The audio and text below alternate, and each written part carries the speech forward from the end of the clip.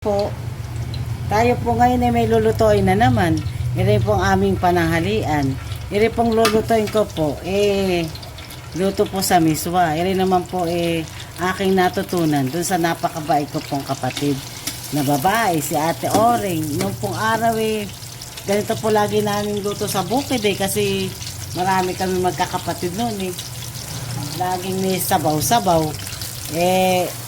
Nilalagyan po ito ng patola para po pamparami po at yung po dati pong nalalagay alimasag kasi po noon po marami pong alimasag sa amin dahil yung amang ko po yung namamalakaya sa dagat kaya po yun po yung aking natutunan na luto o kaya po yung pong nilalagyan po namin ng alimango na maliliit nung araw.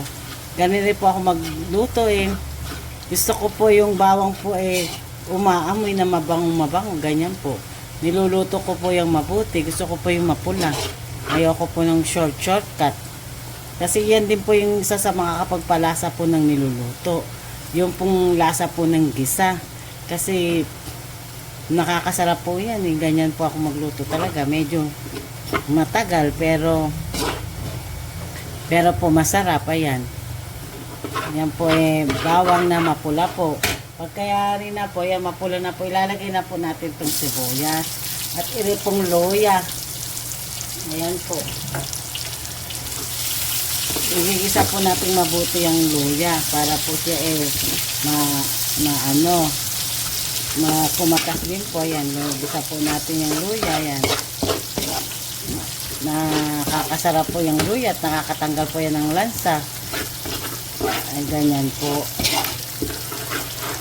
Gigisa-gisa po natin ganyan. Pagkayari po, ako po nakabili ng isang kilong alimango dyan sa bayan. Pero pala ako nasa Olonga po. Dini po sa palengke. Ayan po aking gigisa po na ganyan. Yan po ilulutuin ko ng magisa-gisa po para po masarap po yung luto. Ganyan po. Lulutuin po niyo yung ganyan para matanggal po yung lasa. Iba po kasing gumawa ganiring magluto nakikita ko pag ilalagay ng tubig pagyari yuhulog na yung alimango o alimasag, hindi man yung sinasangkot siya. Kaya walang lasa. Parang lasang tinubigan o lasang eka nga ng amang ko nung nabubuhay pag nagluto lasang pagupak daw. Kaya po kailangan po ganyan, sangkot siya po ng sangkot siya para po siya maluto po yung alimango. Ayan po. Pag po siya ganito na pong mapula-pula po na ganyan. Katataba po ng alimango. Ayan puro po aligi. Ayan po aligi po yung alimango. Katataba po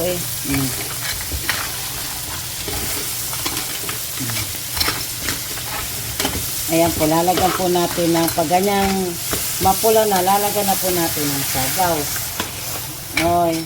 Ayan po. Napakadali lang po lutuin yan. Sandali lang po ito kapako ng tubig. Ikat po kayo, Diboy. Patay mo muna para dito po na natin. Ayan po, kumukulo na po. Habang kumukulo po na yan, ilalagyan po natin ng asin. Gusto ko po yung maraming sabaw. Kaya po, ayan po, masabaw. Ganito po yung luto namin nung araw na sa bukid nga po marami po kayong magkakapatid ganyan po niluluto namin para po lahat kami makaulam. Alimasag po, pwede po yung alimasag. Pagkayari pong ganyan na pong kumukulo na pong ganyan lalagyan na po natin yan ng miswa. Ganito po yung miswa.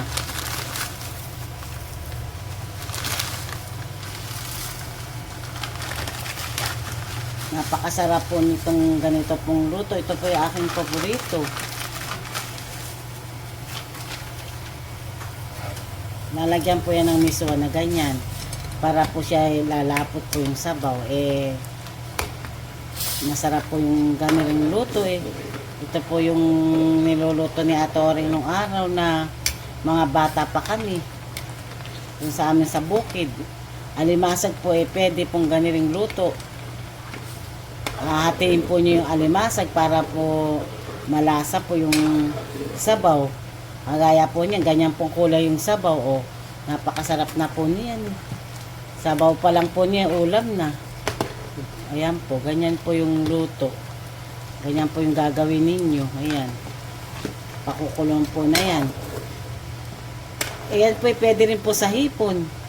Kung kayo po may hipon, pwede rin po. Gaya lang po, tahalo-halin po ninyo.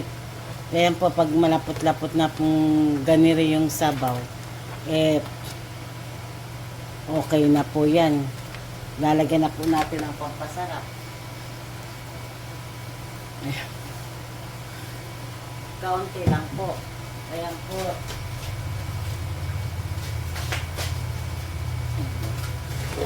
Kulo-kulo lang po ganyan. Luto na po yung maiswa. Ayan po, yung pumiswa luto na. Malapot-lapot na po.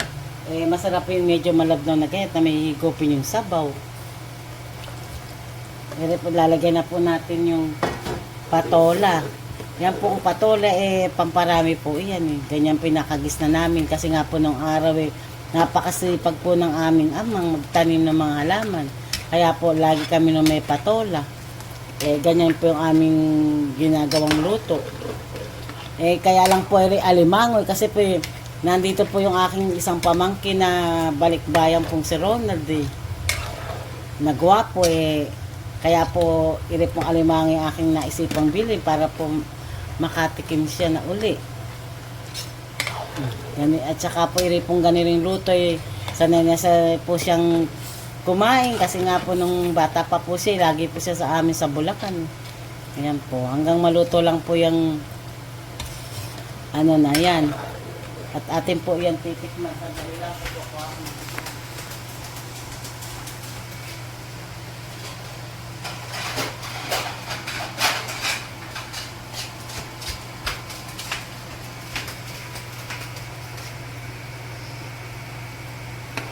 Titikman na po natin.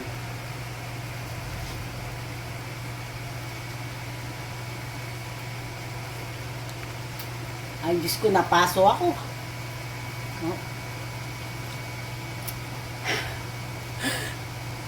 Diyos ko po, inang, napakasarap.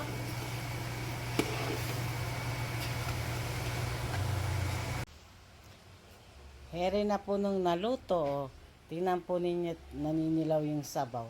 Kasi nga po, sobrang taba po nung alimango. Kaya ayan po. Kaya po ito po teternuhan ko na na may panglaban na. Kaya po, ganyan po yung gagawin pagluluto. Napakasarap po niyan. Sabaw lang po yung ulam na. Maraming pong salamat. Like and share lang po kayo. Para po tayo po yung maraming mailutot, mapanood ninyo. Kayo po mayroon pong matututunan. Marami pong salamat.